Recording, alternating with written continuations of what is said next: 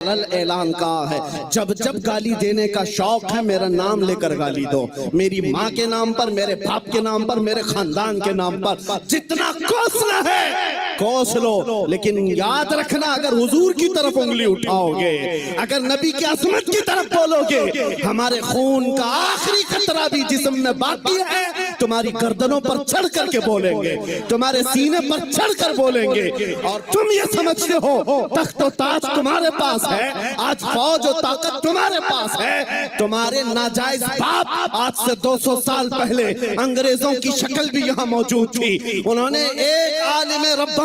کفایت علی کافی کو پھانسی پر چڑھایا تھا، ایک نہیں 30,000 علماء کو پھانسی پر چڑھایا تھا، تمہارے ناجائز باپ بھی یہ سمجھتے تھے ہندوستان سے اسلام ختم ہو جائے گا، ارے ان کا چورا بھی یہاں باقی نہیں رہا، سب ختم ہو کر چلے گئے، تم بھی اپنے انجام کا انتظار کرو، کچھ دیر کی خاموشی ہے پھر شور آئے گا، آج کتوں کا وقت ہے کل ہمارا دور آئے گا۔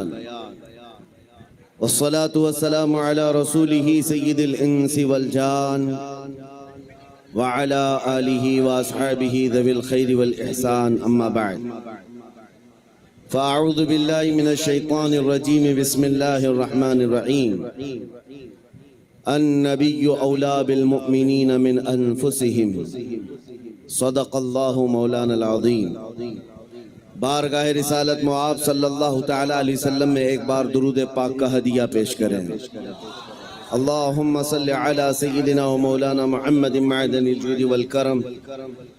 وآلہ واصحابہ الکرام وابنہ الکریم وبارک وسلم صلاة دائمتا سرمدا ابدا۔ یہ میری بڑی سعادت اور خوش نصیبی کی بات ہے کہ پٹنہ میں اترنے کے بعد ربیع الاول کا چاند نظر آیا ہے۔ آج میری شروعات ربیع الاول کی آپ کے اس شہر سے ہو رہی ہے۔ پہلے تو ہم صرف پٹنہ کی سیاست ہی جانتے تھے، سیاسی ہلچل یہاں کی اخباروں کی گرمی نظر آتی تھی، لیکن آج اترنے کے بعد عشق رسول کی گرمی بھی دیکھنے کو مل رہی ہے۔ یقیناً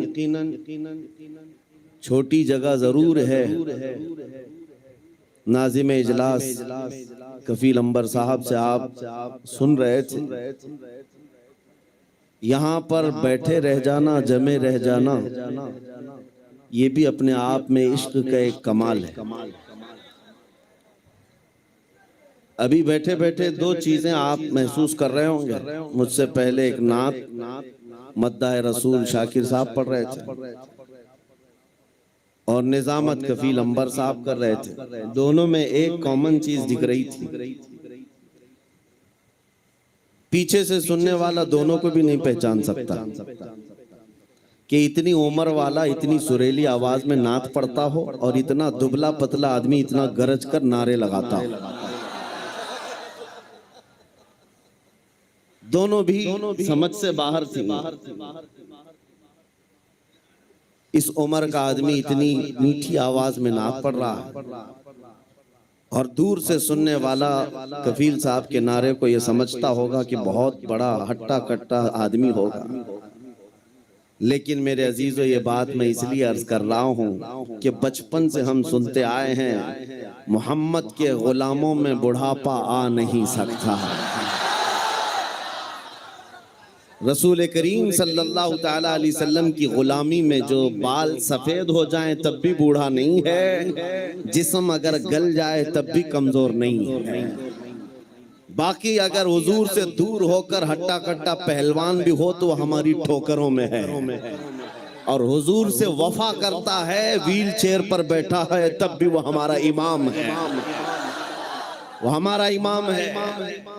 دنیا جانتی ہے طاقت و قوت اس کرسی کا نام نہیں ہے، طاقت و قوت عشق مصطفیٰ کا نام۔ عزیزان گرامی وقار،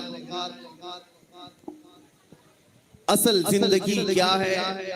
اس کو آج محسوس کرنے کی ضرورت ہے۔ سبحان اللہ، ہم اپنی تعریف پسند نہیں کرتے، یہ ان کی محبتیں ہیں جو اس طرح سے ہمیں بلاتے ہیں، میں نبی کریم صلی اللہ تعالی علیہ وسلم کے دربار عالی جاہ کے غلاموں کے غلاموں کا ایک ادنا کتا ہونے پر فخر محسوس کرتا.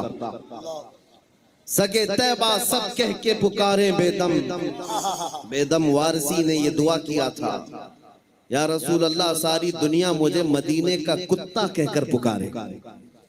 سگے طیبہ سب مجھے کہہ کر کے پکارے بے دم، یہی رکھیو میری پہچان مدینے والے. اے میرے عزیزو، آج ہمیں فخر اسی بات پر ہونا چاہیے کہ دنیا مجھے نبی کے نام سے جوڑ کر کے پہچانے، حضور کی غلامی میں مجھے پہچانے، میرے منصب سے، میرے عہدے سے، میرے مال سے، میری جائیداد سے، میرے خاندان سے نہیں. دنیا اگر حضور کی غلامی سے پہچانتی ہے تو اس سے بڑے کمال کی بات نہیں ہے. ہم سب کے لیے سب سے بڑے فخر کی بات ہمارا تعارف، ہمارا انٹروڈکشن حضور کے ذریعے سے ہو جائے، اس لیے کہ جس کا تعارف نبی پاک صلی اللہ تعالی علیہ وسلم سے ہو گیا. آپ جانتے ہیں امام اہل سنت فاضل بریلوی امام احمد رضا خان قدس اللہ سرہ الشریف مجدد اعظم ہے،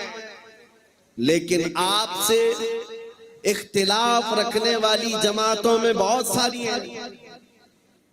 دوسری جماعتوں میں خاص طور پر اگر میں جماعت اسلامی کے بانی کا ذکر کروں، جن کا اہل سنت و جماعت بریلویت سے کوئی تعلق نہیں، دوسری جماعت اور دوسرے مکتبہ فکر کے ہونے کے باوجود بھی